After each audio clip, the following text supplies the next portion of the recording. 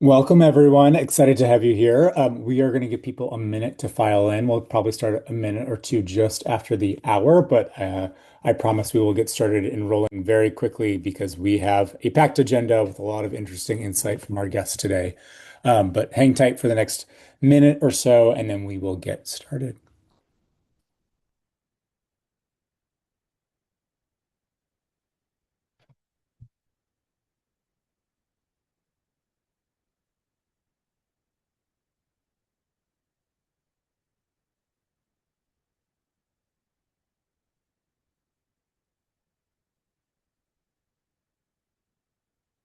All right, I'm going to dive in. So, welcome everyone. Thank you so much for joining us. I'm Jeff Cartwright. I'm the Chief Growth Officer at Blue Book, and this is From Price Taker to Market Maker. It's a conversation we're hosting together with the Georgia Fruit and Vegetable Growers Association. This is going to be a really robust conversation. I think it's going to tap on a lot of things that anyone across this industry is facing on a day-to-day basis. And so I think it's not only a timely conversation, but we have some really smart voices on that front. A couple of quick notes before we dive in. We are recording this session, so we'll send out the record afterwards to any attendee as well as anyone who registered.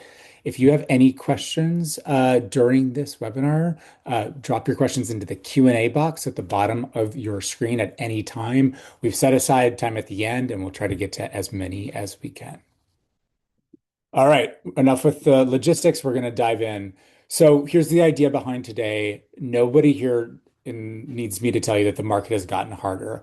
Costs are up, import competition is real, and buyers have more options and more leverage than they used to. And so growers are sitting right in the middle of it all, whether it's imports on one side or competition from another region. Labor costs are climbing, and ultimately policy hasn't caught up. But what we are actually seeing is that there's a split. So there's a split between some operations are getting squeezed out and others are actually adapting and growing through the headwinds. And the difference isn't just size of the business, it's actually all around decision making. The growers who are ultimately pulling ahead are the ones running their operation like a business and selling on information instead of instinct.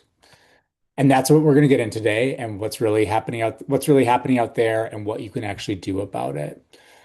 Before we bring in our guests, so I want to ground us in some real data here. So as you can see in the numbers, this is the price of diesel. We were back near record high in April. Obviously, it's come down a little bit since, but it's still there's still a lot of price pressure there. And when fuel jumps like that, it runs straight through a grower's costs, planting, harvest, freight, all of it. And unlike most businesses, we can't just raise our price to cover it. It ultimately comes out of our margin. And we're seeing that actually show up in the balance sheet of growers, right? And so farm loan demand is well above normal. Growers are borrowing more just to operate. Repayment rates are down. Farm debt is at record highs. And after just a few quiet years, unfortunately, bankruptcies are climbing again. We had 315 last year. So this isn't doom for its own sake. It's the reality our growers are working in, and it's exactly why this conversation matters. So to help us unpack this, I have two guests here with me today who see this from very different angles. We have Chris Butts. He's the executive director at the Georgia Fruit and Vegetable Growers Association, and he really spends his days close to the growers and close to the policy fights that shape their business. He actually just published a really fascinating piece on Blue Book that we'll be getting into a little bit today in our conversation. We'll also have Kirk Soul join us. Kirk is the CEO at Blue Book. Blue Book, we spent 125 years helping growers and buyers make smarter and safer decisions and ultimately trade safer and grow faster. And so he's going to speak to a little bit of some of the trends we've seen in that regard. But we're actually going to start with Chris. So I'm going to bring Chris into the conversation. Chris, thank you so much for joining us today. I'll kill the screen share here so you and I can just see each other and have a good chat. Chris, before we dive into the meat of the conversation today, can you just give us a little bit of an intro of yourself as well as the Georgia Fruit and Vegetable Growers Association? Absolutely. Well, thank you, Jeff, and thanks to Blue Book for the opportunity to be here today and talk about these important issues. I'm Chris Butts, Executive Vice President of the Georgia Fruit and Vegetable Growers Association. We are the statewide trade association in Georgia representing all things fruit and vegetable production, as well as allied industries. We also host the Southeast Regional Fruit and Vegetable Conference each year in Savannah, January. We'll be back down there this year, and we look forward to seeing a lot of old friends back there in January. Of course, I'm sure many folks on this call are familiar with that. Well, Chris, I want to start with you in the big picture. When you're talking to growers right now, where's like the pressure most acute, and how has the mood shifted over the last couple of seasons? It's shifted significantly just this last year. If you would have asked me this question last year, I would have told you that wages and the adverse effect wage rate, where we were with H2A, was the most pressing issue. We've gotten some short-term relief there, and so that has enabled us to look at other issues. And just sort of by happenstance, as USMCA comes up this year, trade is the other issue that confronts Georgia growers, where they just don't feel like we've got a level playing field. So timeliness with USMCA coming up for renegotiation this year, and the fact that we were able to do a little bit better on the labor side enables us to focus on this trade deal, the trade issues now, and really see if we can get down to the market fundamentals that are causing it. Well, and this is exactly what you wrote about, right, for Blue Book. I think you made the point that the grower's share of the food dollar keeps shrinking, and it's not just a Georgia problem. I know you're representing Georgia, but it's not just a Georgia problem. What's driving that, and where does it go if nothing changes? You know, I think we have to look at consolidation, both in the retail sector, but also within the input sector and ag inputs worldwide. We have fewer customers to whom to sell our product.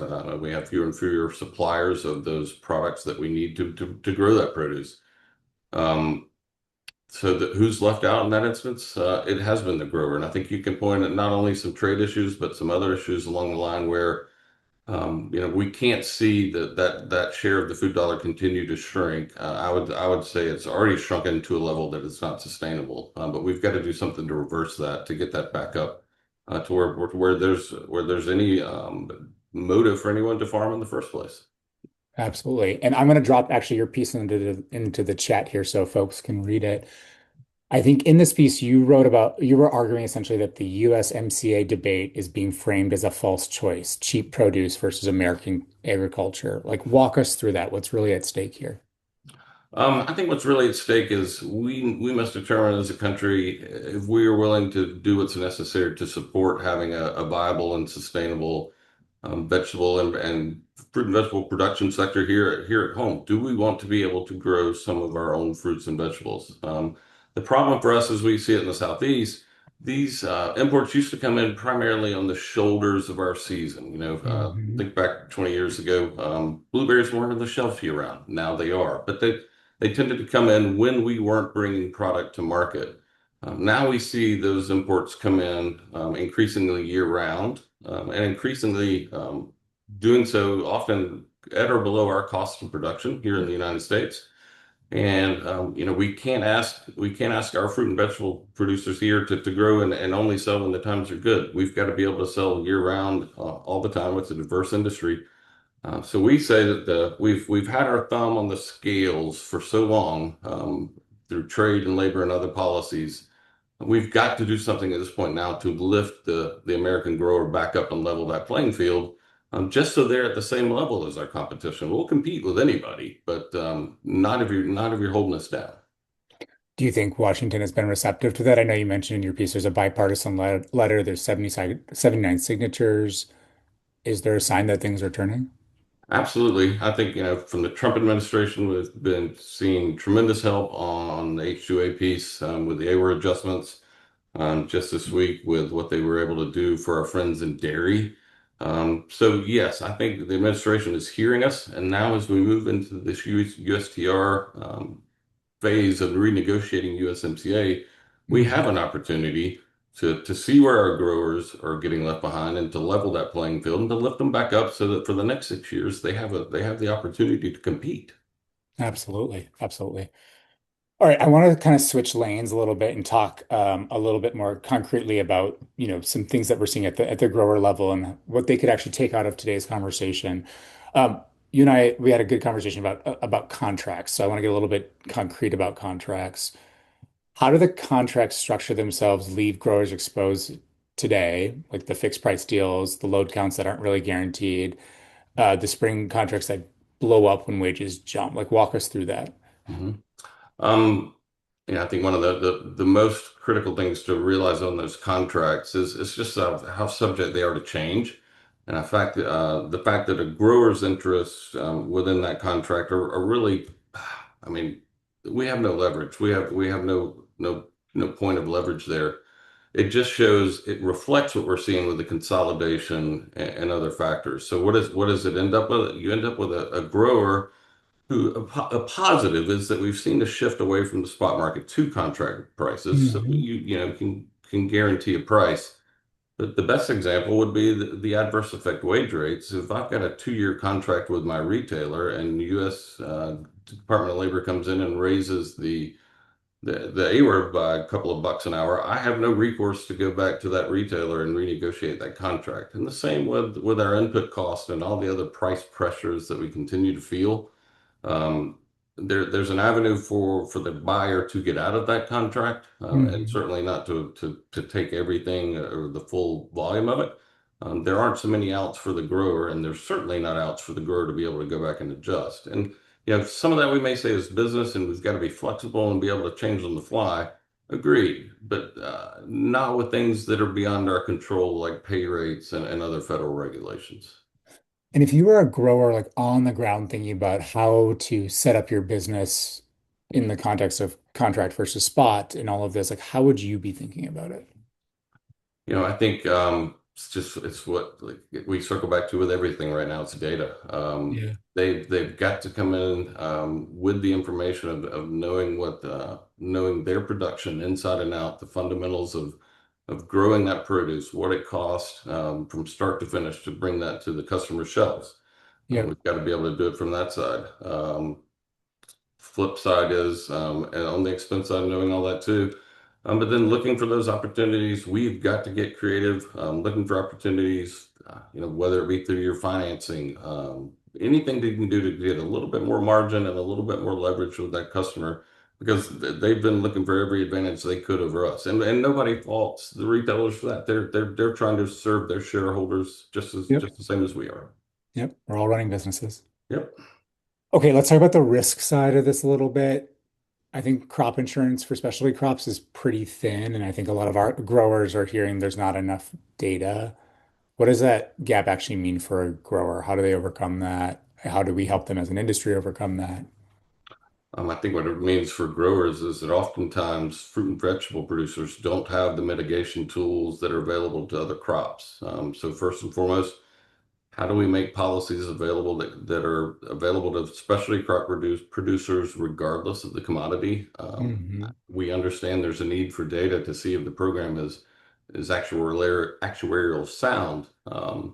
But we can't continue to use data as the crutch there and saying that we don't have it. Our growers, we're not sitting staring over the hood of the tractor anymore. Most growers are staring over a spreadsheet. We know how like what it takes to grow and what the input costs there. We know what it takes to harvest and bring those. So we know what it takes to grow a crop. We've just got to be able to get that data to USDA and others in a way that they can access it to provide the tools that we need to mitigate the risk. Totally. Yeah, I mean, we see a lot of this data at Blue Book being kind of the go-to for this supply chain and how these are all happening. And the data's there. We just have to get all sides, the insurance companies, government, et cetera, on in the right place here. Amen. Okay, there is federal aid out there, but in your view, does it fix the problem, or is it just buying us time, or is it just not working at all? Um, Federal aid is always appreciated, especially when you look at the challenges, some of the outside the box challenges that we've faced the last few years with weather and other things like that. So I think there will always be a need for that type of assistance. But some of the other programs, when we're bringing assistance to specialty crop producers, we're not changing the market fundamentals that got us there in the first place. Mhm. So it would be nice to take a deeper dive and say, how did we get here? Why Mhm. is a southeastern or a northwestern? Why are these growers disadvantaged in these certain periods of the year? And what can we do as a country or as a government? What kind of policies do we want to endorse that help support American agriculture? Because we need it here all the time, not just when it's good or bad. Absolutely. And that kind of goes back to the conversation we were having about the USMCA debate. I think we also talk a lot about at Blue Book is the food supply chain within the US is critical that we are owning this, that we are growing it. It is a place of investment because not only is it an economic imperative that we do it, but it ties into so many other areas. Uh, National security, the ability for us to grow more holistically. So 100%, 100%. Yep. Okay, we've been doing a lot of doom and gloom, so I want to like maybe switch to someone who is doing this well. Who is a grower that is making it work? Who's someone that you, when I say ask that, like comes to mind, and what are they doing differently? Um, One of our growers comes to mind, Southern Valley, large mixed produce producer. And they would tell you a couple of things. One is it's a faith-based business, and they will tell you that that comes first. But I think second, they don't leave things to chance or to a gut feeling. They're relying on data, whether that be how can they become more efficient in the packing operation? How can they become more efficient and grow with fewer inputs? How can we produce more with less? And understanding their inputs, their gaps, and maybe their weaknesses in all areas and they're vertically integrated company from seed all the way to packing and getting it to the shelf. They have a full understanding of those data points and the ability then to access that data and utilize it to make them more efficient. And we've got to do that on all our farms. A 10-acre peach orchard is essentially just a collection of a lot of data points. Yeah.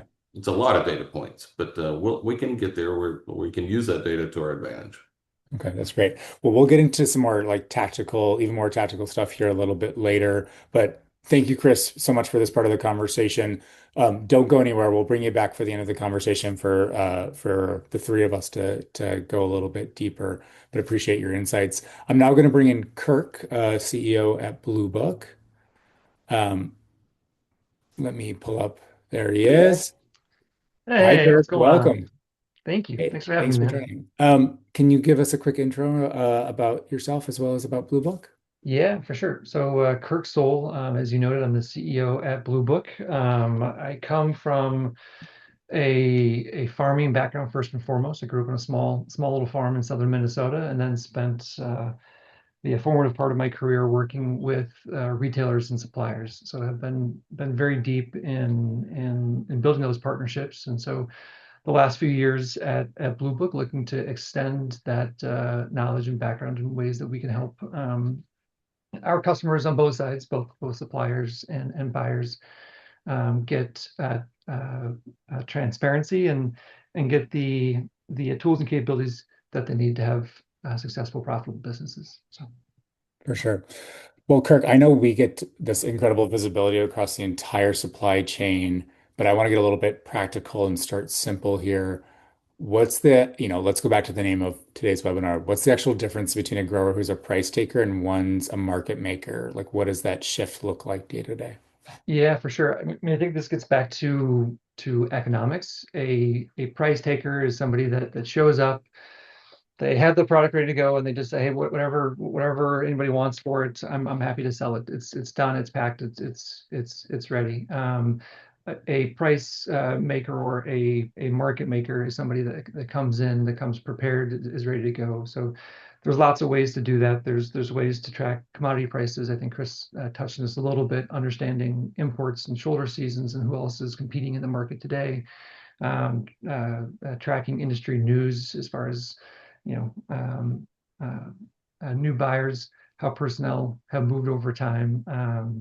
Even basic information like credit shifts and changes in people's ability to pay or the speed at which they pay can be very impactful when it comes to negotiating leverage and being able to set the price versus just take the price that you're given. On that front, Kirk, I know obviously Blue Book, we specialize in a lot of that credit data and have quite the wealth of it. How have you seen our customers leverage that in a way to either protect their business or grow their business? Yeah, for sure. That's a great question, Jeff. We have a variety of tools that are helpful for parties up and down the supply chain. We offer different credit scores and business ratings and rankings that give a really clear way to understand people's current pay speeds. Are people paying faster or slower? are people defaulting on their obligations? We have predictive measures that will give you an indication of not just right now, but looking into the future. Is a company going to be able to complete its obligations? We have the ability to track claims and collections. So if you're working with somebody who uh, consistently has issues with completing deals, it's the same thing. You can see all of that in Blue Book, and so this is one of those things where being uh, being prepared, being for being forewarned is being forearmed, and it gives you the ability to really come to the table with a full hand. That is a bit of a tongue twister, but I'm I sorry. Yeah, I understand the apologize. sentiment. I understand the sentiment. Um, there's so much chatter about AI across everywhere, everything. Um, how do you think about, for maybe a company who hasn't dipped their toe into AI yet, how should they be Yep. thinking about it? Yeah, I think one notion first I want to address is I think AI can sometimes be a scary term. It's something, it's kind of that black box. If you follow any of the news, there's threats of AI taking over the world. There's threats of AI being able to hack into any system. And so I think there's easy ways that whether you're a grower, whether you're a wholesaler, broker, or retailer, I think there's easy ways that people can engage in AI without causing any meaningful harm. But I'd also say that data, people also mention like data in the cloud, and mention servers and server farms and kind of other kind of more technical jargon. Data can be as simple as tracking things in a spreadsheet. Again, this is one of the things that Chris mentioned, where growers used to be looking over the hood of a tractor, and now they're tracking things in spreadsheets. So there's very easy ways that our customers can engage in data and can engage in AI. The most simplest thing to do is to go on Bluebook, and you can do a subscribe button on any company, whether it's a customer or a supplier, and it gives you a really easy a real-time alert on what's going on with that company. You don't need to engage with Claude or with ChatGPT or anything else. It's a very simple way where we've worked to process all the tech and all the data behind the scenes. I also think that there's easy ways to do this when it comes to tracking market pricing data. I've seen folks that use spreadsheets and will manually go into their spreadsheet every day, and they'll manually enter in whatever that price is, and they'll color code prices red or green if the price went up or if the price went down.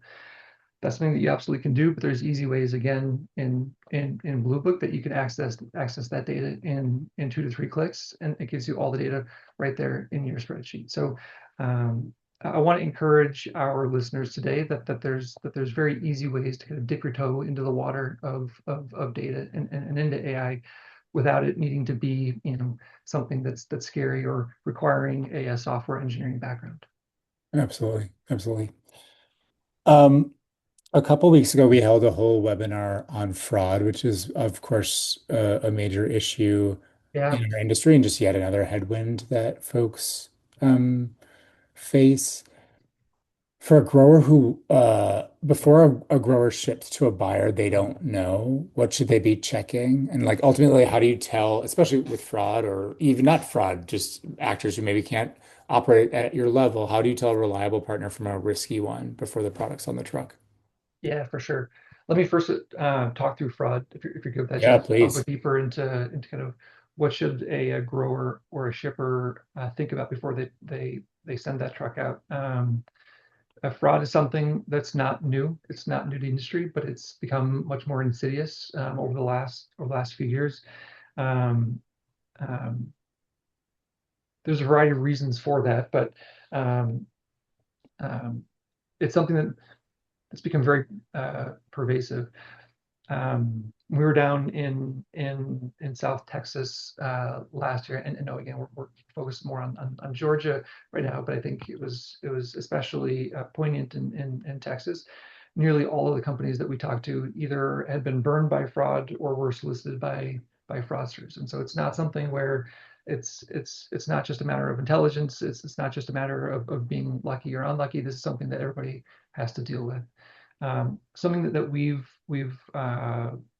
put together. There's two things we put together that you can find. One is a very simple checklist. It's just a little list of best practices that can be used by anybody in the supply chain, again, to make sure that when you're doing a deal with a new customer, a new partner, it's best in class questions, things to check for, process steps to make sure that you're not likely to get burned by fraud. To make it even easier, something that we released this spring is a verify tool. So it's literally a 10-second process as you're taking the call, going through the conversation. You can do it live in the moment. And it's the easiest way to make sure that the person that you're talking to is actually who they claim to be. Even at Blue Book, we've had fraudsters who have tried to call us, or who have called us and have impersonated customers of ours asking for banking information, proprietary information, personal information, which of course we can't give out. But using these checklists and these tools has been very helpful for us in verifying that these are not our customers, but are indeed bad actors. So hope that helps a little bit, Jeff, on the fraud side. Absolutely.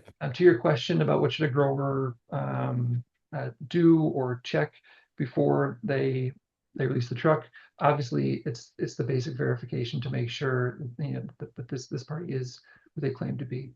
But I think there's also data going back to the credit scores and looking at the predictive measures, looking at the pay speed to understand what the trade practices are of a given company. Just because someone calls and looks for your load of onions, your load of watermelons, your load of sweet corn, there's a lot more basic diligence that can be done up front to make sure that this is a smooth transaction. I guess if you'll allow me, the last Please. point here, Jeff, is that when deals do go sideways, because this is a fresh perishable product, it's bound to happen at some point in time, even with the best of intentions, with the best of parties, shippers, receivers, brokers, and carriers. Occasionally things do go sideways on you. Blue Book also helps with claims and collections. So we operate in much the same way, and in fact, in a complementary way with DRC and with PACA. In fact, just this month alone, and I know we're not even done with June, but we're already $700,000 that we've helped our customers save in claims and collections processing. So our goal is to get people paid as fast as possible. It's to help to save the relationship and to keep things moving forward. Absolutely. All right. Well, thank you for that, Kirk. I actually want to bring Chris back into the Please. conversation here, and we can get into a bit of a dialogue to put everything we've been talking about kind of into practice. These questions are for both of you, so whoever is feeling most excited about it, please jump in. But if a grower starting out today were sitting right here, like what's the one thing they should change about how they run their business? I'll start, maybe Chris, and then you can tag on. Perhaps I'm a little bit biased because this is the data that we help to curate and source, but our goal at Blue Book really is to provide transparency into every aspect of a trading partnership. And so we go to great lengths to collect trade surveys about people's how different trading partners operate. We collect aging AR data to understand pay speeds. We work with the USDA's PAC arm to understand claims and collections that the PAC is also working on. So there's a number of data sets and tools that we work on to make sure that we can give people the confidence to be able to trade with each other. This year marks our 125th anniversary, and so Blue Book goes back a long way. But our founder was known for saying that his vision for Blue Book was to help people trade with the lights on, to help people trade with full visibility. And so that really is our goal. And so if you're new into the space or you're branching out, our goal really is to work with folks like Chris and with other trading partners to make sure that we can offer people that transparency. But Chris, I'm curious how you Yeah, dive into it. all good, Kirk. I think mine would be twofold. One is just they have to go into with the understanding that, golly, I hate to say it this way, business almost has to come before agronomy or horticulture, meaning that before you can worry about how we can grow that crop, you've got to have a plan which you can identify all of your different costs and revenues, everything about your business. You can identify all those pain points and all the financial pain points in there would be first and foremost. And second off, I would say just know that you're going to have to be involved to advance our industry. We're shrinking. The average age of a farmer continues to get older. I think to move our industry forward, everybody's going to have to do their part, whether it's like we had an article today about joining up at your or signing up to be an officer at your local FSA office or working with trade associations or other groups that are advocating on behalf of agriculture. I think we're all going to have to be involved to move us to a better place. Great answers, great answers. Okay, what's the most common mistake that you see that quietly costs growers money and is totally avoidable? I'll lead off on this one, and Yeah, please, Chris. I'm going to circle back to labor on this side, eh, but it can apply to everyone. But what I'm really thinking about is your relationships with different service providers and how thoroughly you vet those. Farm labor contractors come to mind, but as Kurt was saying, the same way you would check the credit report of anybody that you were going to sell your house to, or do anything else. I tell our guys, you vet your farm labor contractors like you would your daughter's prom date. I mean, it's kind of I want it to be funny, but you know who these people are before we go into business with them, and now we've got the tools to know who they are. So utilize those tools and understand who you're dealing with. I'll take on to Chris's answer. We did a study a few years ago, and there was a new merger acquisition consolidation event that happened every 3 days in the produce industry. So just constant movement in the space. And so just like you need to know the partners that you're working with on your farm, it's equally as important to understand your customers. And just because your customer was somebody 3 days ago, it could be different today. So Absolutely. All right, I got one that kind of goes against the grain, but I think will be a fun one. What's a piece of conventional wisdom in this industry that growers should just stop believing? Hmm. Kurt? that's a hard one, Chris. I need a minute to think about this one. Yeah, I would say conventional wisdom at some point had its basis in some nugget of truth, we hope. So hopefully that conventional wisdom can carry through. Maybe it's just this isn't your father's produce industry anymore. Yeah. Just having the relationships with your customers, doing all the things that we have always thought this is what it takes to run a great business. That's not enough anymore.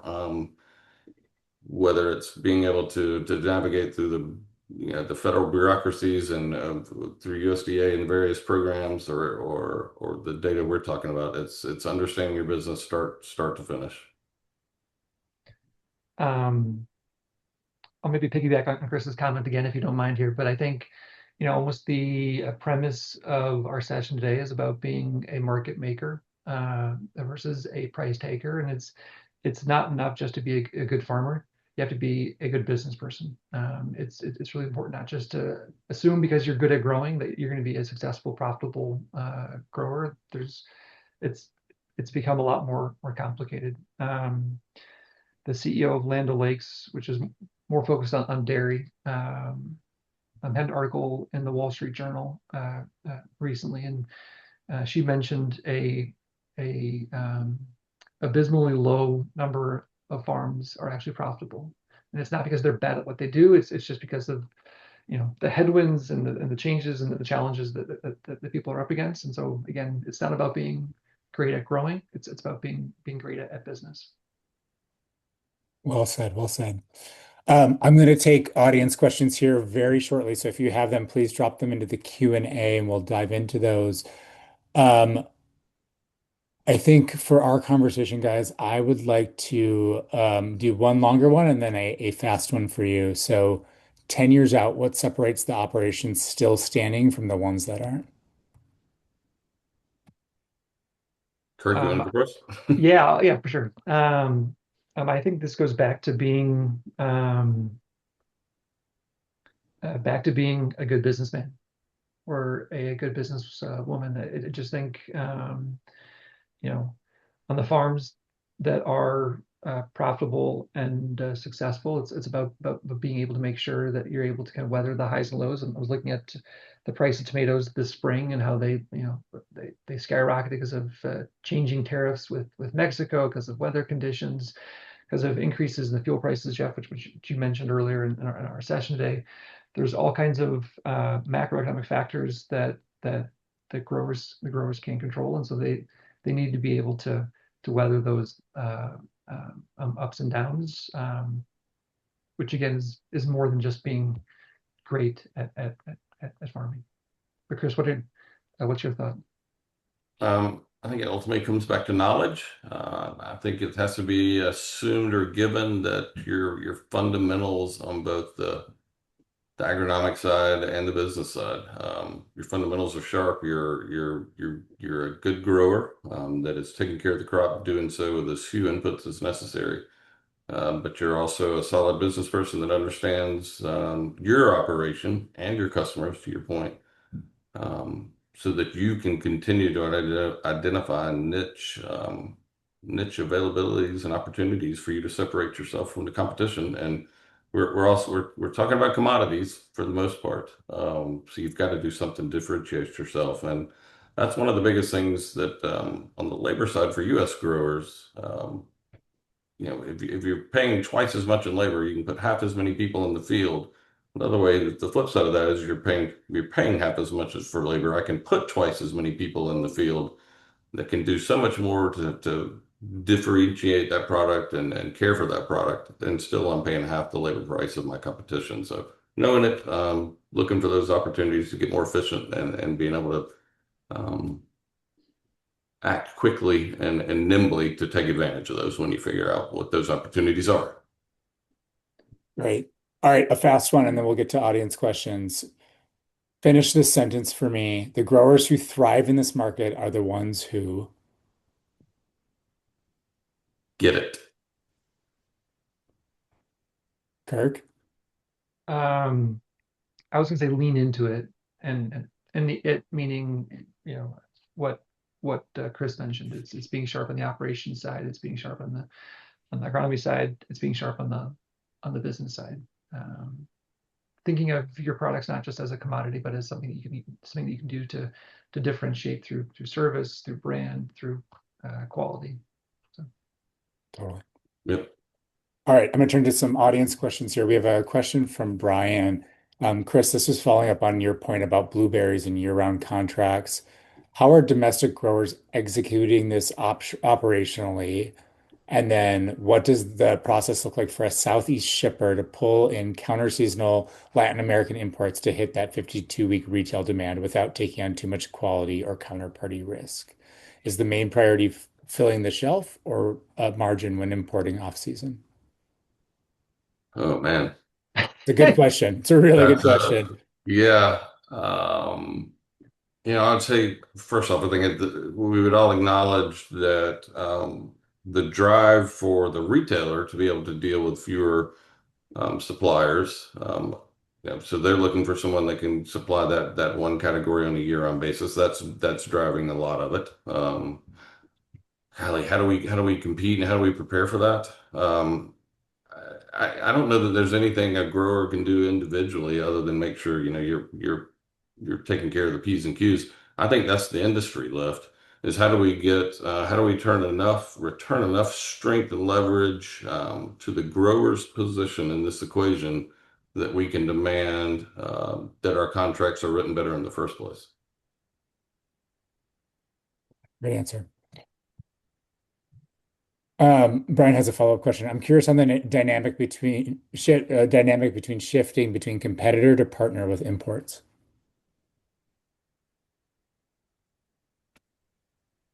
Um, I'll address it, and we talked about this in the letter that we published.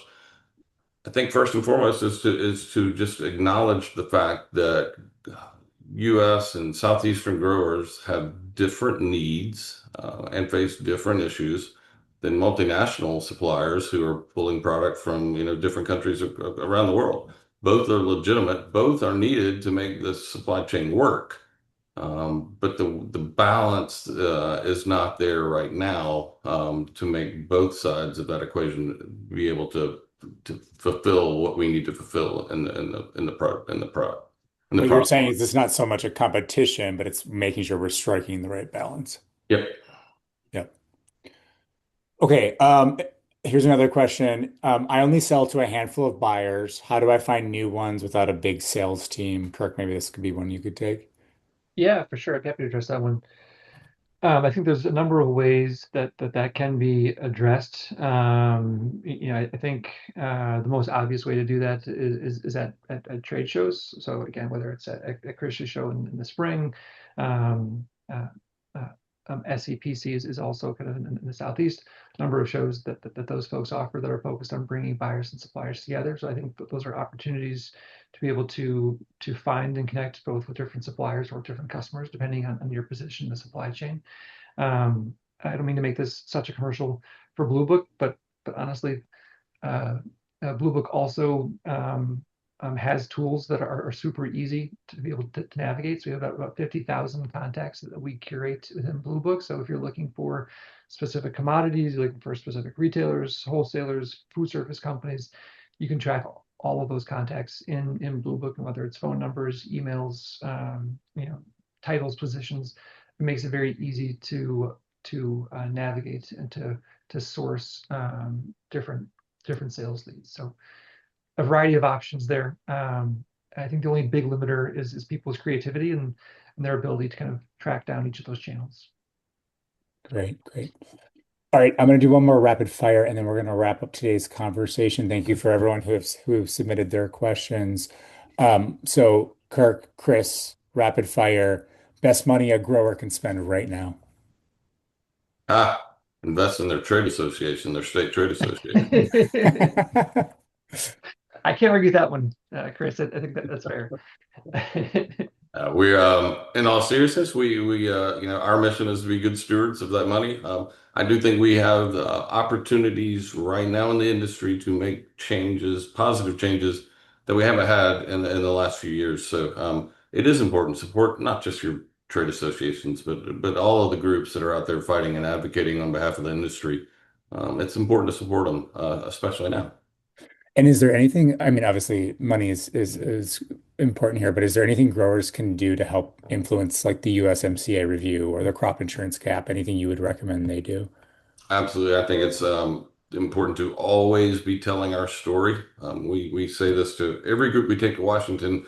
If you're not there talking to your elected official, then someone else is, and someone else may be telling a story that's counter to your interest.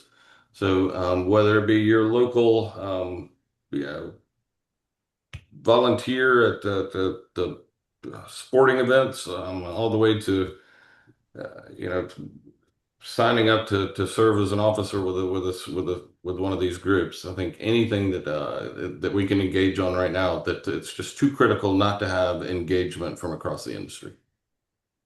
I'll just take on that one, Jeff, if you don't mind. But I think a person with a story always beats a person with a statistic. And so being able to go and to talk to somebody about what your story is, that's real, it's authentic. You can talk about the pain points.